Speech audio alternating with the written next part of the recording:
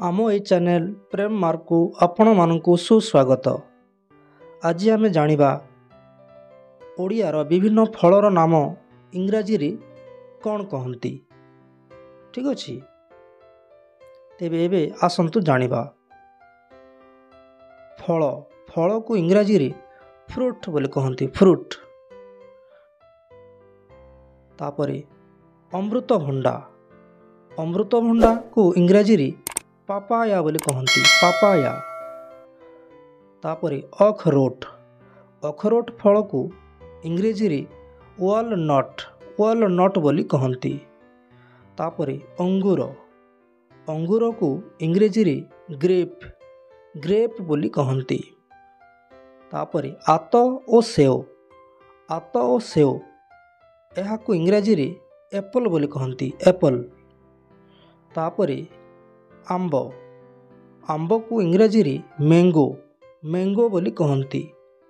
तापरे आंबड़ा यह को इंग्राजी रे हग प्लम बोली कहती। यार इंग्राजी रो आउ गोटे नाम मध्य अछि सोर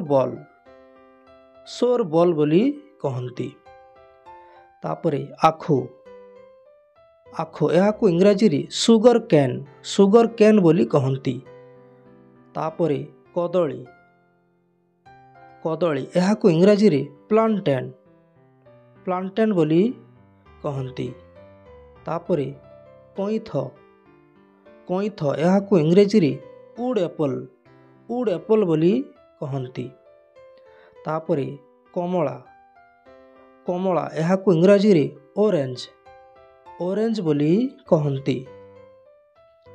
तापरे करमंगा को इंग्रेजी रे काराम्बोला बोली कहती। तापरे काकुड़ी को इंग्राजी रे कुकुम्बर बोली कहती। तापरे कसी काकुड़ी को इंग्रेजी रे घिकिन बोली कहती। तापरे किसमिस को इंग्रेजी रे रेसिन बोली कहती। तापरे कोली को इंग्रेजी रे प्लम बोली कहती। तापरे कागजी लेंबू को इंग्रेजी रे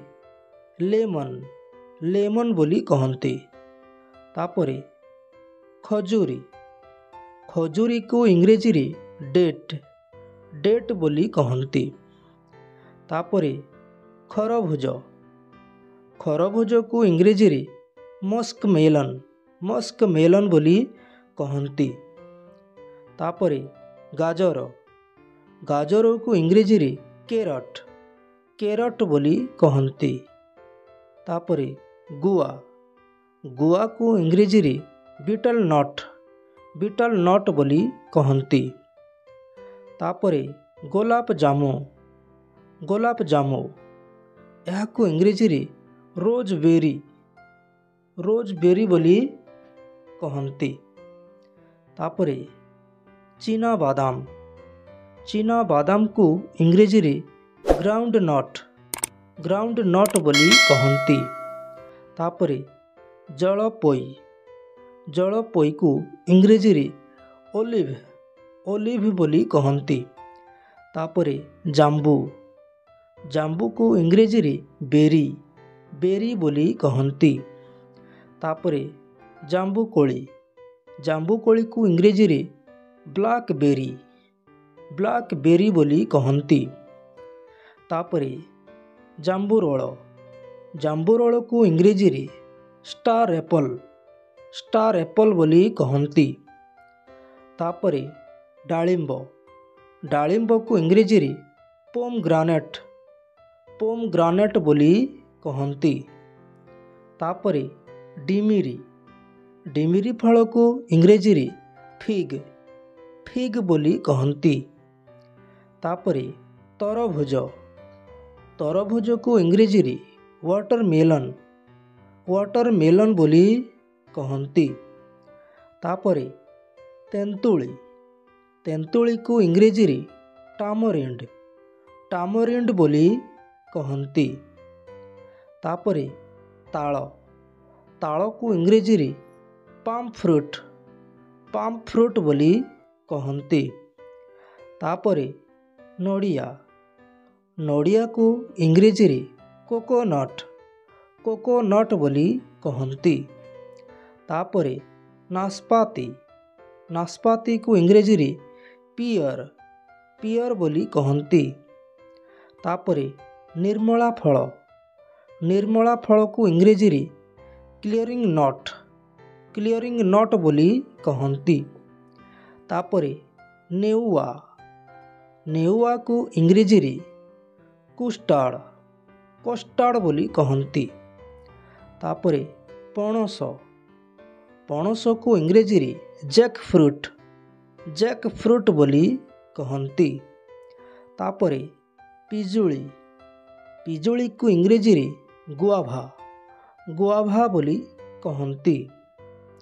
ତାପରେ ପଇଡ଼କୁ ଇଂରେଜୀରେ ଗ୍ରୀନ୍ କୋକୋନଟ୍ ବୋଲି କହନ୍ତି। ତାପରେ ପେସ୍ତା ଫୁଲକୁ ଇଂରେଜୀରେ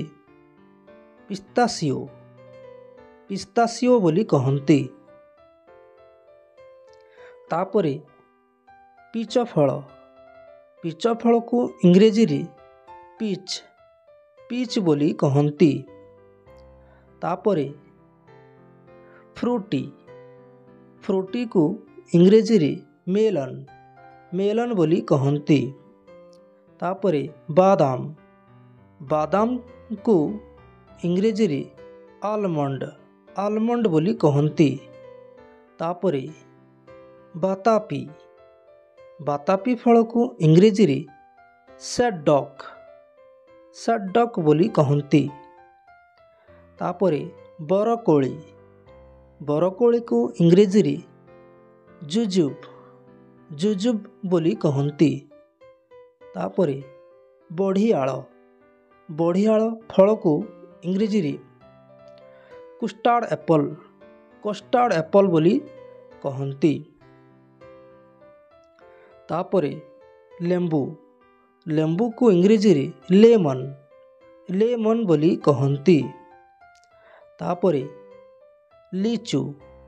ଲିଚୁ ଫଳକୁ ଇଂରେଜୀରେ ଲିଚି ବୋଲି କହନ୍ତି।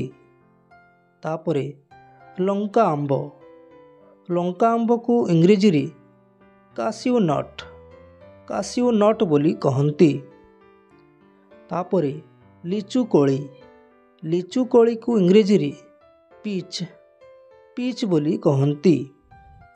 ତାପରେ ସପୁରୀକୁ ଇଂରେଜୀରେ ପାଇନ୍ ଆପଲ୍ ବୋଲି କହନ୍ତି।